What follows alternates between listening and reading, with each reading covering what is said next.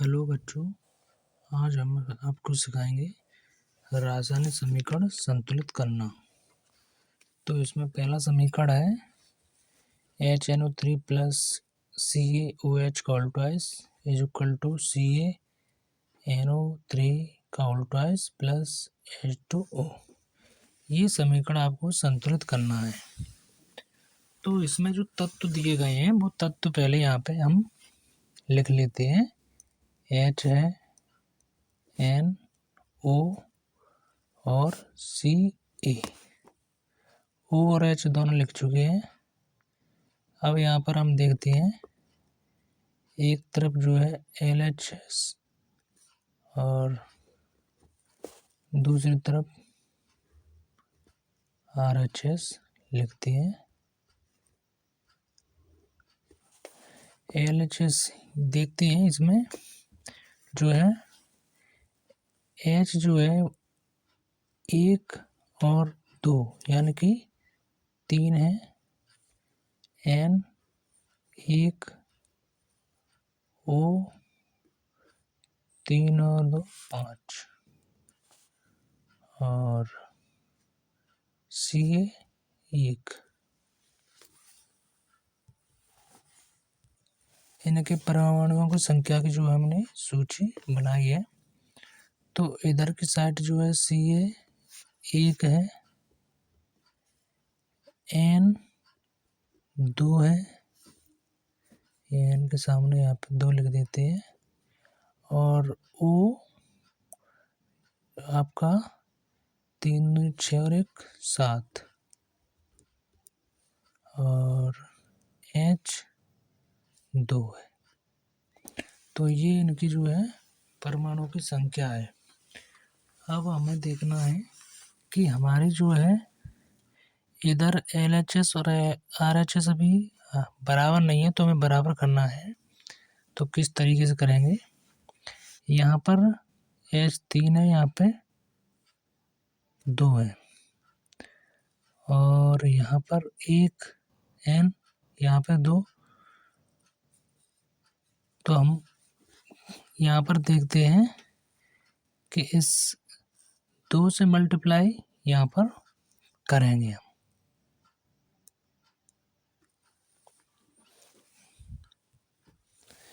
इस तत्व को देखते हुए कि यहाँ पर हम 2 के गुणा करेंगे तो ये दोनों बराबर हो सकते हैं। तो n से हम यहाँ पर मल्टीप्लाई करेंगे n में, या n को देखते हुए 1 और 2 का जब गुणा करेंगे तो यहाँ पर 2 हो जाएगा। तो ये दोनों बराबर इस तरीके से हमें करने हैं।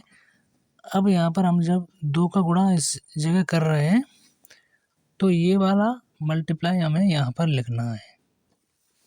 जब यहाँ पर हम देखेंगे 2H, तो ये वाली जो संख्या है, अब जो ये संख्या भी बदलेगी इनकी, HNO3, ये जब पूरा जो है वो बदल जाएगा।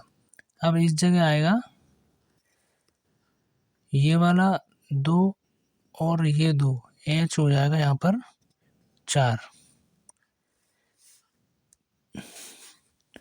और ये N 2 है, तो यहाँ पर अब 2 रहेगा।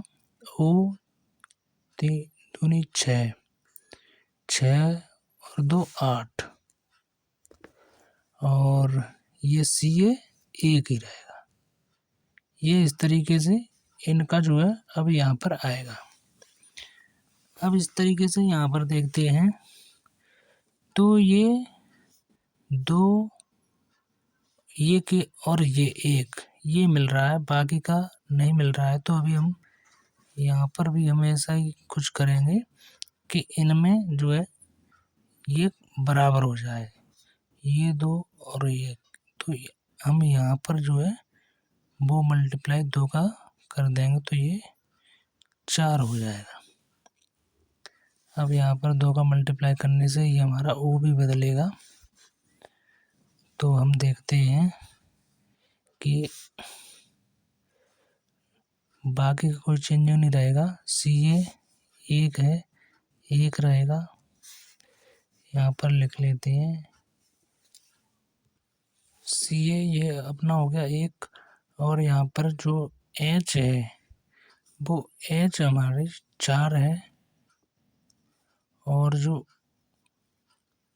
n है n 2 ही रहेगी और जो o बचा है वो 2 और 6 8 हो जाएगा। तो अब ये जो हमारे परमाणु की संख्या है ये बराबर है दोनों तरफ। तो ये जो समीकरण है हमें यहाँ पर 2 और 2 का मल्टीप्लाई करने से ये जो समीकरण है हमारा वो संतुलित इस तरीके से होता है। हमें 2 का यहाँ मल्टीप्लाई करना है और 2 का इससे करना है तो हमारा समीकरण संतुलित हो जाएगा। तो यहाँ पर लिख सकते हैं अब यह समीकरण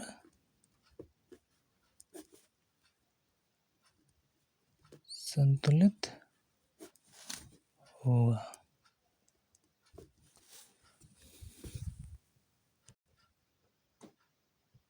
अगला समीकरण देखते हैं। तो यहाँ पर जो हम देखेंगे कि इनके जो तत्व हैं वो हम लिख लेते हैं BA और ClHSO।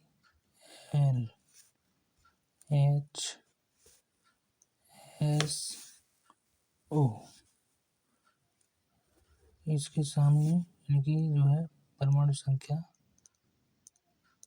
LHS में लिखेंगे और इधर RHS वाले इनकी परमाणु संख्या लिखेंगे।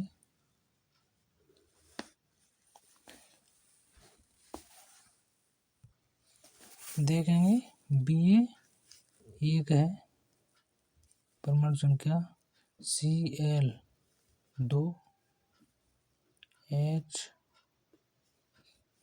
2, S 1, O ये 4। इसी तरीके से इधर देखेंगे जो BA 1 है, Cl 1 है, H 1, S भी 1 ही है, ये O 4 है। इस तरीके से हम इनको लिख लेते हैं।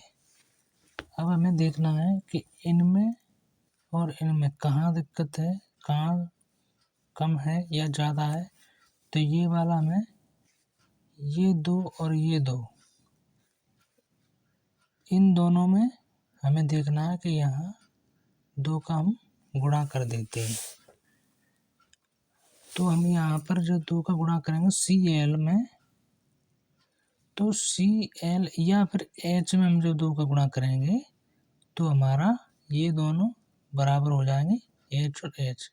देखते हैं इस H में हम यहाँ पर 2 का मल्टीप्लाई करते हैं तो अब हमें देखना है कि जो हमारा H और Cl है ये दोनों हमारा जो है बराबर हो जाएंगे।